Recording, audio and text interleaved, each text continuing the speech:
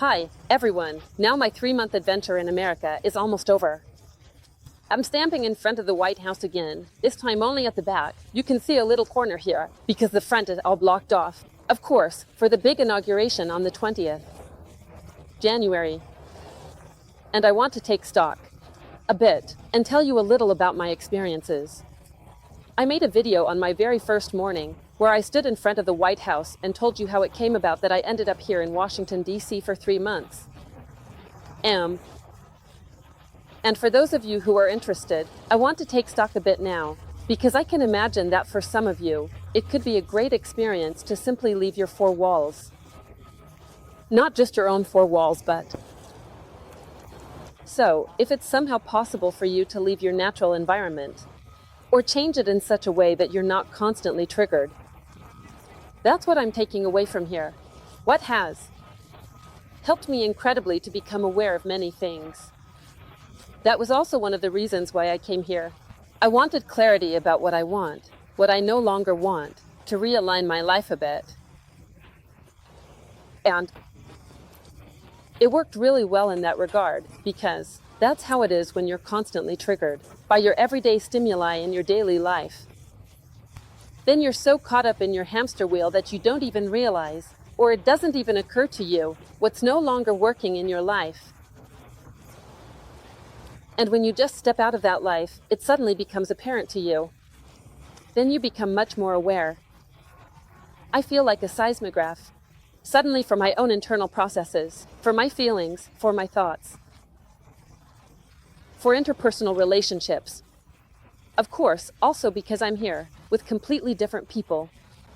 And for those who haven't seen the video, I'll link it again for you. But for those who haven't seen it, I'm here as a granny au pair, meaning as an au pair, in a family where I took care of a little 4-year-old girl. And that means, basically, I've been given a kind of alternative life. Just an alternative family in another country, in another culture. And here there are airplanes again, as always. There are 3 airports here in Washington, and they are all in the city. No, not all of them. And I have to say, sometimes it really felt almost like I was in a dream world here. So, when I return home soon, it will probably feel like waking up from a dream and returning to normal reality. And it's an incredible experience. I can recommend it to everyone to try it once. 2. Yes, 2. For many reasons. To bring about changes, that's definitely a very important thing I recommend to anyone who feels stuck in their life, stuck in a depression, stuck with any symptoms, and not being able to move forward. Change something in your life. So change something. It doesn't have to be as drastic as what I did, like moving abroad. Or going somewhere completely different all by yourself. That was just for me. It somehow felt right at the moment. It can also be something else, something smaller, but change something. Because then things in your life will start to move. So, the stagnation loosens up a bit. And the universe opens its floodgates with new possibilities when you are ready to change a few things. It has been a wonderful courage muscle training. Allowing completely new things in without being able to plan everything 100% beforehand, because I couldn't visit the families beforehand. In America, to go through them and look at them one by one to see if I would get along with them, that wasn't possible. We had 2 or 3 phone calls, and that was it. And then I just had to come here and see how I would manage. And, well, as you can imagine, I'm already a bit in the tidying up phase 2.0, as I always do. Call it. That means I have manifested real challenges for myself, because I also ordered it. I ordered from the universe that I want to grow, that I want to get out of the stagnation of my own personal development, and that I want to come out of my shell and grow into my full potential, and things like that. Okay, and if you order something like that, then you have to expect that you won't get peace, joy, and pancakes. Just like in my family. I didn't get a peace, joy, and pancakes family, but rather a family with real challenges, with really big challenges, especially of an interpersonal nature, which clearly highlighted me and my patterns. So, I simply saw in myself and my behavior how I react, how I am, how I tick in relation to others who trigger and challenge me with their behavior. I had all my patterns served to me on a silver platter and thus had the opportunity to clean them up, because that's what I wanted.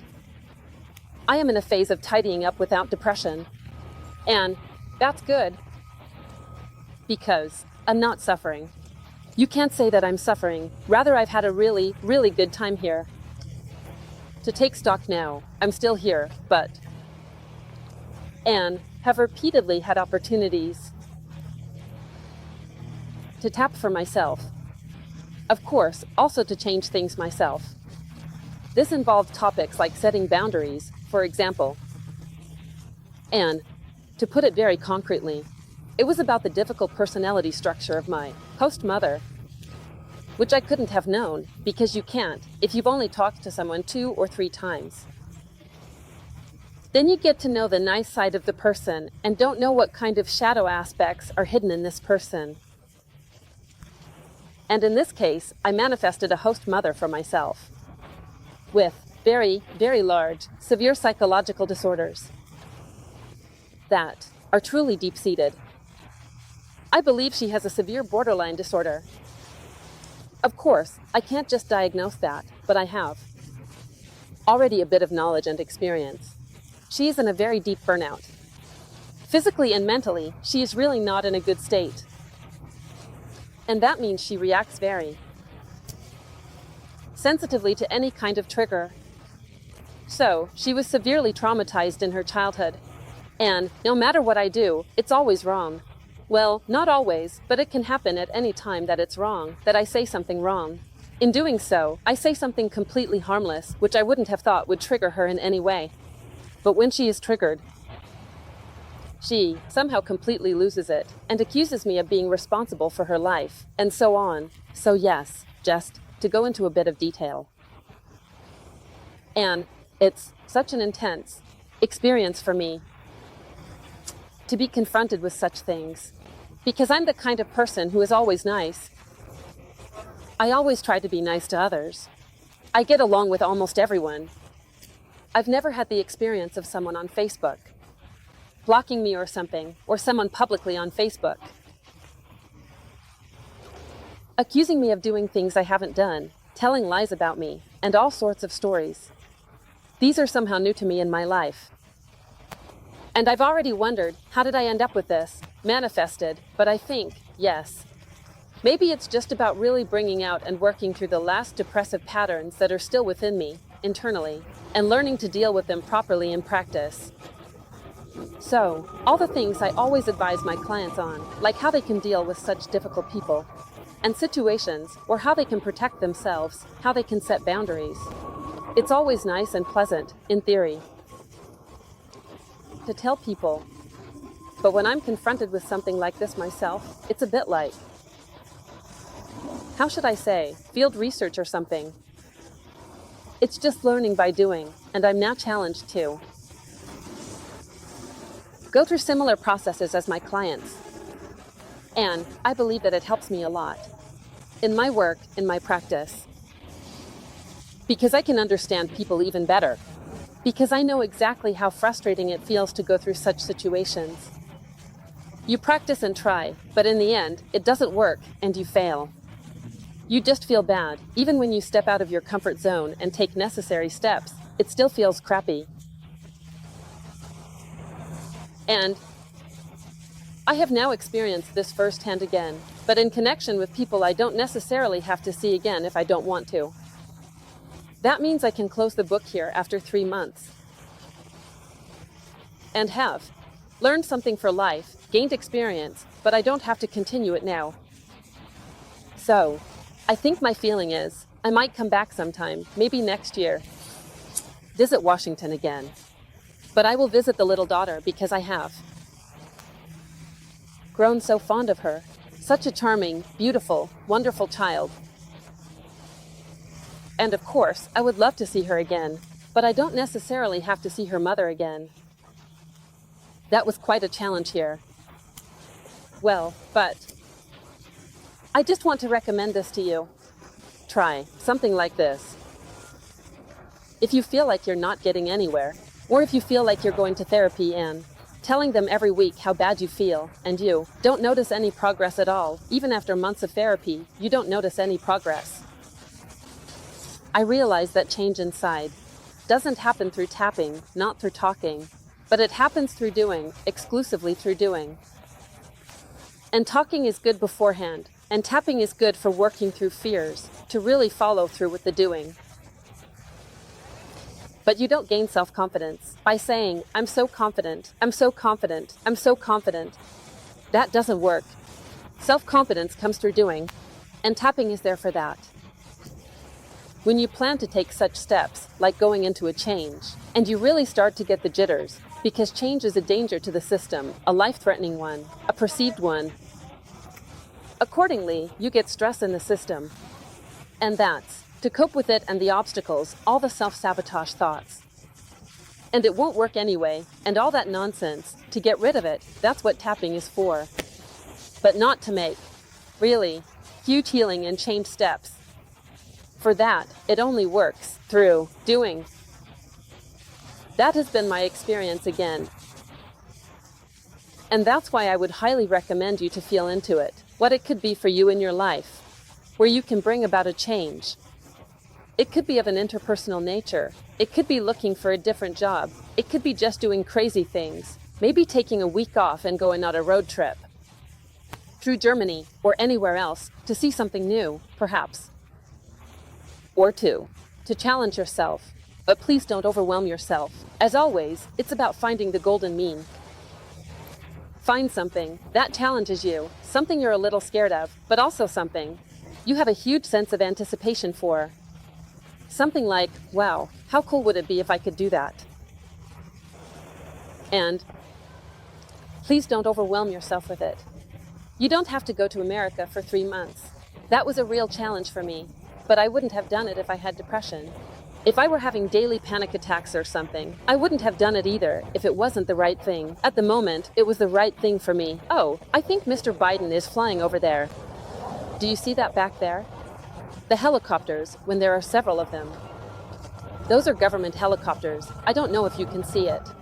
When there are several, it means Mr. Biden is inside, because he always flies with an escort. Exciting, isn't it?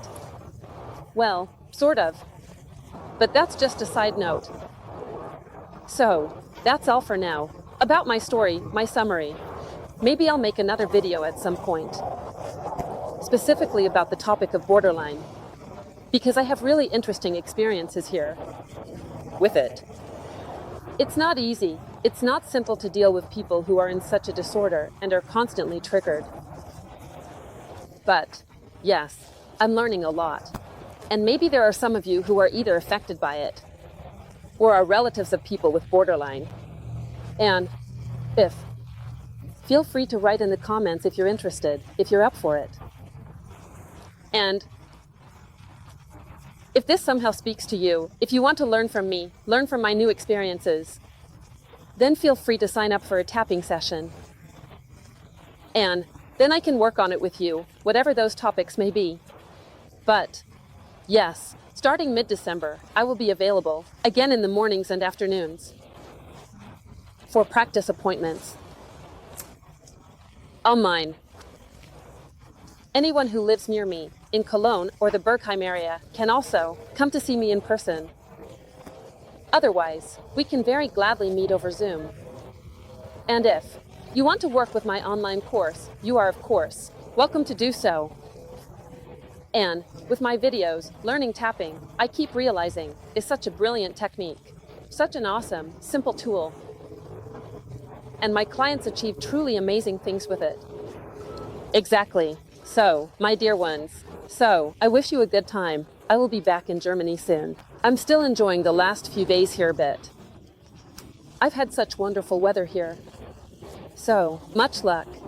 I maybe had one, or let's say, a total of 2 weeks of rain out of 3 months. Otherwise, you have blue skies and sunshine here. Wonderfully beautiful. And I greet you now from the fiery district of Columbia. See you. Take care. Bye bye.